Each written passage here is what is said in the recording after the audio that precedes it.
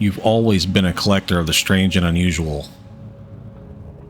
Paranormal oddities, relics of the past, items that tell stories long forgotten. So when you heard about the infamous Dybbuk Box, a supposedly cursed object with a dark and sinister reputation, you had to have it. And now it's here, sitting on your shelf, watching you. Or is it you who can't stop watching it? At first, it was harmless, a curiosity. But soon things began to change. Strange dreams of a man with hollow eyes and an endless scream filled your nights. You'd wake up drenched in sweat, heart pounding. Items around your house began to move. Sometimes you'd hear a whisper. Other times, a low hum coming from inside the box. You try to ignore it, convincing yourself it's all in your head. But then the nightmare grows worse. You see his face, closer, closer. His eyes bore into yours. His lips whisper secrets you can't comprehend. You should have listened to the warnings, but now it's too late. The Dybbuk doesn't just haunt, it takes. What's up, everybody? My name is Andrew. Welcome back to the channel, or if you're new here, welcome to the channel. What we do here is I write a short little story. I tell you that story, kind of increase the immersion a little bit with some audio design. And then we go over the item in the story. Today, we're talking about the Dybuk Box. Now, this is something that I remember from way back in the day. I think this thing got popular in like 2001, and then it was investigated by one of those ghost shows, I think. I'm not 100% sure, but I remember hearing about it. It may have been on one of those, I don't want to say a haunting, but like maybe like Paranormal Witness or some show like that. So today, we're going over the Dybuk Box.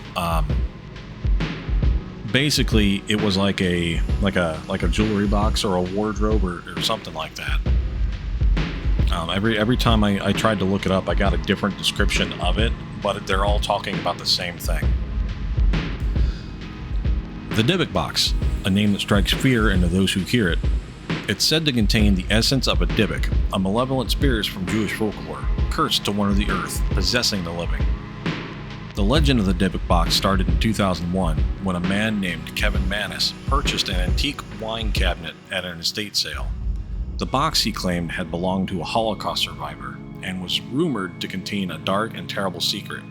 What happened next would go on to cement the Dybbuk's place in the paranormal history. According to Mannis, the box is filled with strange and eerie items.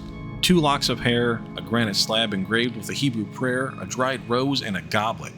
But it wasn't the items inside that made it infamous. It was the terrifying events that followed. Mannis and those who came into contact with the box reported disturbing nightmares of an old woman with sunken eyes, furniture moving on its own, and mysterious illness. The box seemed to bring with it a curse, and the legend only grew from there. Pretty crazy legend. I remember watching the show, and at one point the dude took the box out and tried to bury it. The story of the Dybuk Box reached a wider audience through paranormal investigations and TV shows, including Paranormal Witness and Ghost Adventures, where investigators claimed to have experienced unsettling phenomena with interacting with the object. So Paranormal Witness wasn't an investigation style show like Ghost Adventures. Paranormal Witness was really just they were interviewing the owner of the box. That's really all that happened. Like they interviewed people that these things occurred to. So like if there was a haunted hotel, they would interview the hotel manager and the staff and stuff like that. Kind of like A Haunting did, although A Haunting featured actually, come to think of it, Paranormal Witness featured reenactments too, so they were almost the same kind of show. So what exactly is a Dybbuk, and why would it be trapped inside a box?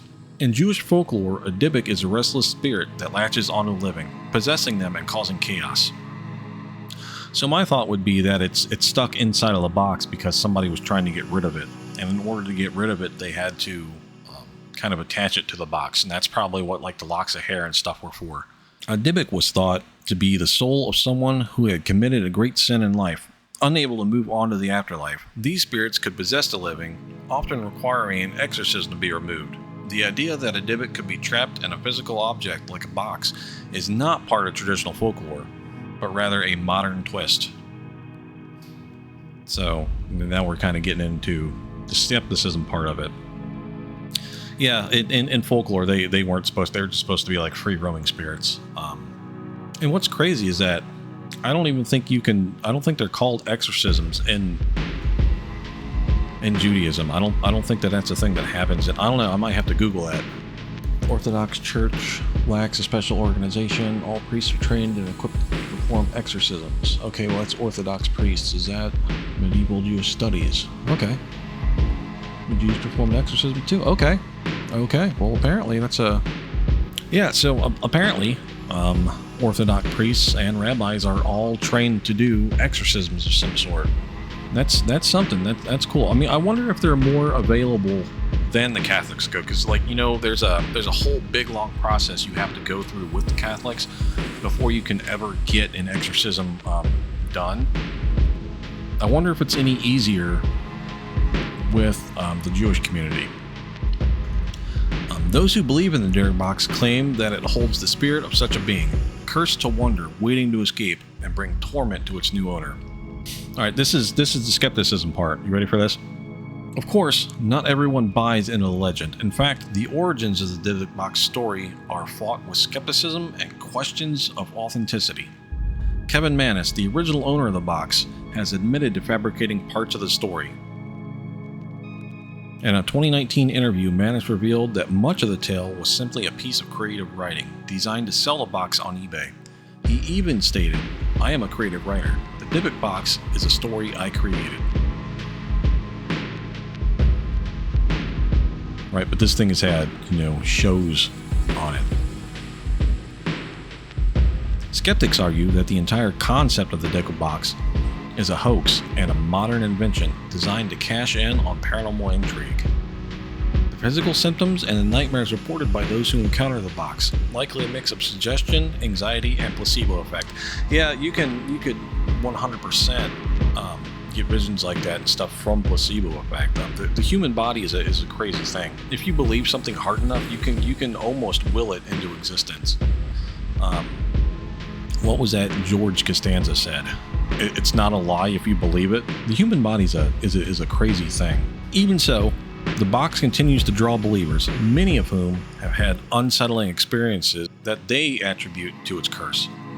Despite the skepticism, the Dybbuk Box has cemented itself as a staple of paranormal culture. Its influence has even extended to Hollywood. In 2012, the Dybbuk Box inspired the horror film The Possession, a movie about a young girl who buys an antique box and becomes possessed by a malevolent spirit trapped within.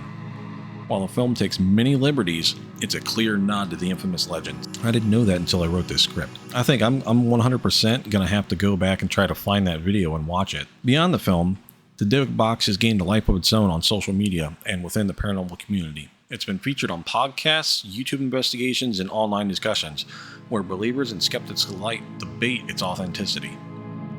Today, the Dybbuk Box resides in a museum where it continues to attract visitors hoping to catch a glimpse of the infamous haunted object. Whether you believe in its curse or see it as a clever fabrication, one thing is certain: the legend of the Dybbuk Box lives on, a testament to the power of belief in the paranormal. So what do you guys think? Do you think that the Dybbuk Box was a genuine vessel, or do you think it was just like clever writing? The author did come out and say that he created the whole thing. So, does that kind of taint your belief in the Dybbuk Box? Let me know down below. And, if you guys have any ideas for items, let me know down below, like cursed items. I'm doing this video today because I had mentioned it in the doll video. And it's always kind of intrigued me ever since I saw it on Paranormal Witness, but I want to know what you guys think. Are there any cursed objects or any haunted places or hauntings in general that you want me to cover? I could even cover more investigators. I did the Warren video. I did the Paranormal Twin video too, but we're not going to talk about that one. There's enough going on about that one. My head's still kind of swimming from it. But let me know down below. I appreciate you guys. Thank you for stopping by. Have a good day.